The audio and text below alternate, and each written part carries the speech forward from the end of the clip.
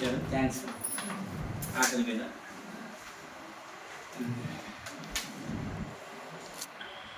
ఇంకొక విషయం చెప్తాను. టీవీ ఉంది కదా, దీని వాల్యూ ఏంటి అంటే ఎవరికి అడిగినా చెప్తారు. ఇంటి కాస్ట్ ఎవరికైనా అడిగినా చెప్తారు. కారు మనం నడిపాం కాబట్టి ఎవరికైనా చెప్తారు. ప్రతి దానికి ఒక వాల్యూ ఉంది. మరి మనకేమైనా వాల్యూ ఉందా? మన వాల్యూ ఏంటి? సరే, టేబుల్ కింద ఖాళీ, కుర్చీ కింద వాల్యూ ఉంది, ప్రతిదానికి వాల్యూ ఉంది కదా. మన వాల్యూ ఏంటి? పోనీ మనలో మనం అనుకుందాము. మీరు ప్రశ్న వేసుకోండి, నా వాల్యూ ఏంటి? అంతే కదా సార్. మనకు ఒక వాల్యూ అనేది ఉండాలి. నేను ఒక వేరు వ్యక్తులతోటి ఒక తీసుకుంటే, ఒక వ్యక్తి ఏమన్నా అంటే నీ వాల్యూ ఎంత అంటే నెలకు 10,000 సంపాదిస్తా కాబట్టి నా వాల్యూ నెలకు 10,000 అన్నది. ఆయన లెక్క అయినా బాగుంది. ఇంకో వ్యక్తిని అడిగితే నేను నెలకు 50,000 సంపాదిస్తా కాబట్టి నా వాల్యూ 50,000 అని చెప్పుకున్నాడు, బాగుంది. మళ్ళీ ఇంకో వ్యక్తిని అడిగితే, ఇంకో అతను అడిగితే ఆయన ఏమన్నాడంటే నేను పెళ్లి చేసుకోవాలనుకుంటున్నా, నాకు 20 లక్షలు కట్నం ఇస్తానన్నారు కాబట్టి నా విలువ 20 లక్షలు అన్నాడు. ఇంకో వ్యక్తిని అడిగితే ఏమన్నాడంటే నా వాల్యూ తెలవాలంటే నన్ను కిడ్నాప్ చేయండి, మా డాడీకి అడగండి, ఎంతవరకు డిమాండ్ చేస్తారో అంత వాల్యూ ఉన్నదని చెప్తున్నాడు అన్నట్టు. అంటే వాల్యూది అలా క్యాలెంజ్ చేస్తున్నారు. ఒకదం అడిగితే ఎక్కడ పోయినా ఫెయిల్స్ వస్తుంది, నేను బతకాలనిపిస్తున్నది, నాకు అసలు విలువ లేదు, నేను చనిపోతాను అనుకోతాను అన్నాడు. అతని వాల్యూ అది. ఒక్కొక్కరు మైండ్ సెట్ అలా ఉంది. ఇంకో వ్యక్తిని యువకుని అడిగితే ఆయన ఏమంటాడంటే నేను కొన్ని కోట్ల విలువైనవి అంటాడు. ఎందుకు అంటే నా విలువైన బాడీతో నేను కోట్లు సంపాదించాలనుకుంటున్నా, నేను ఒకవేళ తలుచుకొని సంపాదిస్తే నాకు విలువ ఉన్నట్టు, నేను ఒకవేళ అనుకోని సంపాదించకపోతే నా వాల్యూ 0. అంటే ప్రతి ఒక్క దానికి వాల్యూ వస్తుంది. వాల్యూ రావాలంటే ఆకారం మారాలి. మనం అనుకుంటాను ఒక ఇనుప కడ్డీ తీసుకొని, ఆ ఇనుపని ఐరన్ ఒక కేజీ తీసుకుంటే అది ఎంత ఉంటుంది? 250-300 కేజీ అనుకుందాం. దాన్ని మార్చేసి బండ్లో ఉండే ఎక్సెల్ పెడితే ఒక 1,000 రూపాయల నుంచి 2,000 అవుతుంది. దాన్ని విండుసు దగ్గర మారిస్తే, గడియారం మూల్యం మారిస్తే అదే విలువ, అదే ఇనుము ఆకారం మారడం వల్ల విలువ పెరుగుతుంది. మనం అందరం ఉన్నాం. ఒక వ్యక్తిని అడుగుతాం, మీ కంపెనీలో పనిచేస్తారంటే ఒక కంపెనీలో చేస్తున్నానంటే నాకు 20,000 ఇస్తారు, చాలా కష్టమవుతుంది, ఆ 20,000 తోటి జీవితం గడపడం కష్టమవుతుంది అంటే కంపెనీ బాగాలేదంటాడు. అయితే అతనికి మనం ఒక క్వశ్చన్ వేస్తే ఆ కంపెనీ నీకు 20,000 ఇస్తుందా, ఆ కంపెనీ నుండి మీరు 20 ఇస్తుందా, లేదా మీరు ఆ కంపెనీ నుంచి 20 తీసుకుంటున్నారా? డిఫరెన్స్.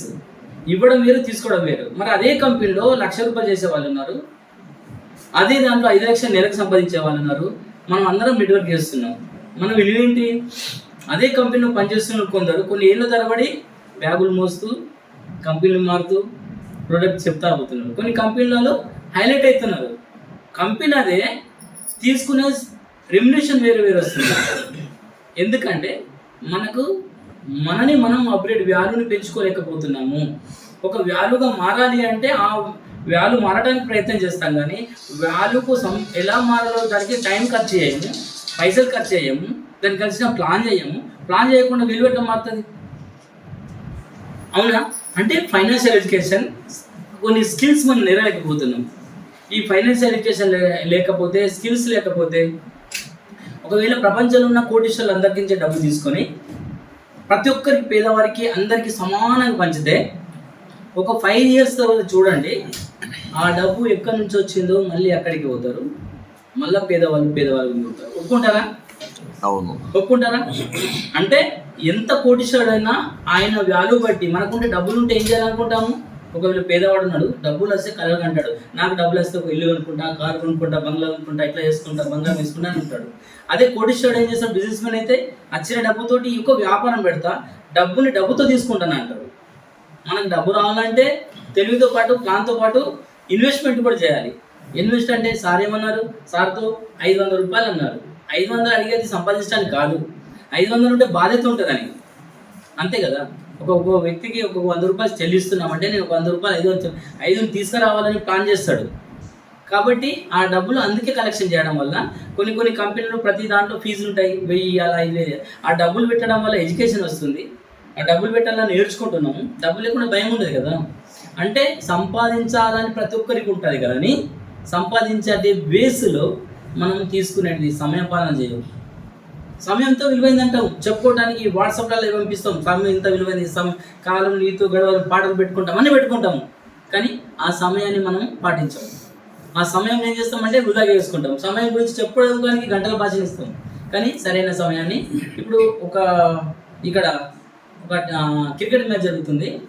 ఆ టెండూల్కర్ బాగా ఆ రోజు గెలిచిండు, బాగా రన్స్ కొట్టిండు, భారత్ గెలిచిన తర్వాత ఆయన విలేకరులు అడిగారు అన్నట్టు, నువ్వు గెలవడానికి కారణం ఏంటి అంటే, నేను ఆడుతుండగా అక్కడ అంబానీ గారు కూర్చున్నాడు, అతను కొన్ని కోట్ల విలువైన సమయాన్ని నా కోసం వెచ్చించాడు, అంత విలువైన వ్యక్తి అతని సమయాన్ని వృధా చేద్దాన్న భావంతో ఆడిన అని చెప్పిండు అన్నాడు. అయితే అంటే ఆ సమయానికి విలువ ఇచ్చిండు కాబట్టి ఇక్కడ ఏంది. అలాగే మన బిల్ గేట్స్ దగ్గరికి ఒక విలేకరు వెళ్ళింది, ఆమెను ప్రశ్నించింది, నువ్వు ఇంత సక్సెస్ కావడానికి, ఇంత డబ్బు సంపాదించడానికి నీ కారణం ఏంటి, నీ రహస్యం ఏంటి అని అడిగింది. ఆయన ఏమన్నాడంటే, ఏం మాట్లాడకుండా చెక్ బుక్ తీసుకొచ్చి సంతకం పెట్టి ఇచ్చేసి, దీని మీద మీకు ఎంత డబ్బు కావాలో రాసుకోని చెప్పాడు. ఆమెకు అర్థం కాలేదు. నేను ఏమడిగాను, మీరు సక్సెస్ కావడానికి రహస్యం ఏంటి అని అడిగాను. మీరేంటి నా ముందర చెక్ బుక్ పెడుతున్నారు అంటే, రెండోసారి కూడా చెక్ బుక్ తీసి సంతకం ఉంది కదా, మీకు ఎంత కావాలో రాసుకోమని చెప్పాడు. ఆమెకు అర్థం కాలేదు. మూడోసారి అడిగితే చెక్ బుక్ తీసుకొని ఛాన్స్ పెట్టేస్తున్నాడు, నీ అవకాశం అయిపోయింది. నేను నీకు ఈ చెక్ బుక్ ముందర పెట్టినా, సంతకం పెట్టినా, నీ తలుచుకుంటే 100 కోట్ల రాష్ట్రం నేను ఏమనుకో ఇచ్చేవాడిని, నీకు అవకాశం ఇచ్చినా నువ్వు యూజ్ చేసుకోలేదు, నాకు వచ్చిన అవకాశాన్ని ప్రతిదాన్ని యూజ్ చేసుకున్నా కాబట్టి ఈ స్టేజ్లో ఉన్నా అని చెప్పాడు. మనకు ప్రతిరోజు ఎన్నో అవకాశాలు వస్తూ ఉంటాయి. అవకాశాన్ని మనం ఏం చేస్తున్నామంటే నెగ్లెక్ట్ చేస్తున్నాం. కానీ ఇంకా కొందరు ఏం చేస్తారంటే, అవకాశాలు వస్తాయి అదే పట్టుకొని నడవాలని చెప్తున్నాను, ప్రతిదీ ఒకేసారి కోటేశ్వరం రావాలనుకుంటారు. అంటే కంపెనీలు వచ్చిన వెంటనే అంటే స్టార్టింగ్ ఏదంటే బొప్పాయి చెట్టు తొందర పెరుగుతుంది, చింత చెట్టు లేటు పెరుగుతుంది, కానీ ఇది లైఫ్ ఇస్తుంది, లైఫ్ ఇవ్వదు, అంతే కదా. కొన్ని కంపెనీలు గాలిలకు మేడలు కట్టినట్టు చూపిస్తాయి, అంటే తొందరగా వాడు ముందు నచ్చిన డెవలప్ అయ్యాడు, దానికి కాలేదని అంటారు. అంటే ఇట్లానే నేను ఇంకొక ఎగ్జాంపుల్ చెప్పాలనుకున్నా. ఒక జిగ్లర్ అనేది ఒక పెయింటర్ ఉన్నాడు. ఆ పెయింటర్ ఏం చేశాడంటే, ఒక పట్టణానికి షోకి వెళ్ళాడు. ఆయన పెయింట్ ఎట్లా ఉంటుందంటే, బబ్లు పికాసో పెయింటర్ విన్నారా? గ్రేట్ పెయింటర్ బబ్లు పికాసో అంటేనా గ్రేట్ పెయింటర్. ఆయన పెయింటింగ్ కొన్ని లక్షల కోట్ల రూపాయలు విలువ కలుగుతుంది. ఆయన మంచి ఫేమస్. అతను ఒక పెయింట్ వేస్తే ఎంతో విలువ పోతుంది. అయితే అతను ఒక షో వేయడానికి వచ్చిండు. ఆ టైం ఉందని చెప్పి ఒక కాలక్షేపాన్ని బయటకు వెళ్ళిన తర్వాత అనుకోకుండా ఒక మేడం కలిసి చూసి, అంటే మీరు బబ్లు పికాసో గారు మంచి పెయింటర్ కదా, నాకు ఒక పెయింట్ వేసి అని ఎంబడబడ్డది. ఏదమ్మా పో అంటే ఎంత పెట్టినా ఎంబడబడితే, సరే ఒక పేపర్ తీసుకున్నాడు. పేపర్ మీద 4 గీతలు గీసేసి, ఇది 10,000 పడుతుందని చెప్పి పంపించేసాడు. ఆమె 2 నిమిషాలు గీసిండు, ఇది 10,000 అనుకుని సబ్జెక్ట్ వెళ్ళిపోయిన తర్వాత ఆ షో జరుగుతుంది. షోలో అంతా సన్మానం చివరి వాళ్ళు పరిగెత్తి వచ్చేసి అపాయింట్మెంట్ కోసం మీరు పెయింట్ ఇచ్చారు కదా, మీరు చెప్పింది నిజంగానే 10,000 కాదు 20,000 అడుగుతున్నారు ఈ పెయింట్కు, నువ్వు 2 నిమిషాలలో పని ఇంత చిన్న పెయింట్ వేసేసి ఇంత విలువ చేసినావు కదా, నాకు ఇలాంటిది నీకు నేర్పుమని చెప్పింది. నేను ఇది నేర్వడానికి 20 సంవత్సరాలు పట్టింది. ఈ 2 నిమిషాలలో ఈ పెయింట్ చేయడానికి కళ నాకు 20 సంవత్సరాలు పట్టింది. మీరేంటి ఇప్పుడు వచ్చేసి 2 నిమిషాలు నేర్పంటే 2 నిమిషాలు కాదు కదా, నేర్వడానికి కూడా టైం పడుతుంది. ఈరోజు కంపెనీలోకి వచ్చాము, ఇక్కడ మీటింగ్ విన్నాము, సార్ చెప్పేసరికి ఏమని చెప్పారు, నా 10 వారాలు ఊహించుకున్నాం. 10 వారాలు జరుగుతాయి కానీ పని జరగదు. ఆ 10 వారాల్లో ఏమి ప్రణాళిక, అక్కడ పోయిన తర్వాత స్వీకరిస్తారా, రండి, మీ నోని కోసం మీరు చూస్తున్నాం రండి అంటారా? అనరు. ఆ నూనె కోసం అంటే ఎన్ని తిప్పలు ఉంటాయి, దానికి దానికి ఎంత ఎనర్జీ ఖర్చు చేయాలి, ఎన్ని రిజల్ట్స్ ఉంటాయి.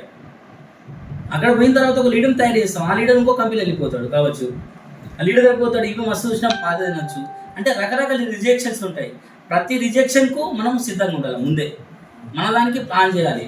మళ్ళీ మన పద్ధతిని మార్చుకోవాలి. ఎప్పుడైతే మనం మైండ్ని అప్గ్రేడ్ చేసుకుంటామో, కొత్త ప్రయోగాలు చేస్తామో, నేర్చుకోవాలి. ఇవాళ ఎన్ని అయినా యూట్యూబ్ ఉన్నాయి. మనం ఏమంటానంటే టోటల్లీ నేను టోటల్ సబ్జెక్ట్లో మన వాల్యూ మనం పెంచుకోవాలి. అంటే మెదడు పదను పెట్టి హార్డ్ వర్కే కాదు, హార్డ్ వర్క్తో సాఫ్ట్వేర్ నేర్వాలి, మన విలువని మనం పెంచుకోవాలి. ఆ విధంగా తయారు కావాలంటే ప్రతిదీ ఎంత నేర్చినా నేర్చుకోవడానికి సిద్ధంగా ఉండాలి. మనం నేర్చుకున్న ఎడ్యుకేషన్ మన కింద వాళ్ళకు నేర్పడం ప్రయత్నించాలి. ఈ చిన్న ప్రయత్నం మీరందరూ థ్యాంక్ యూ.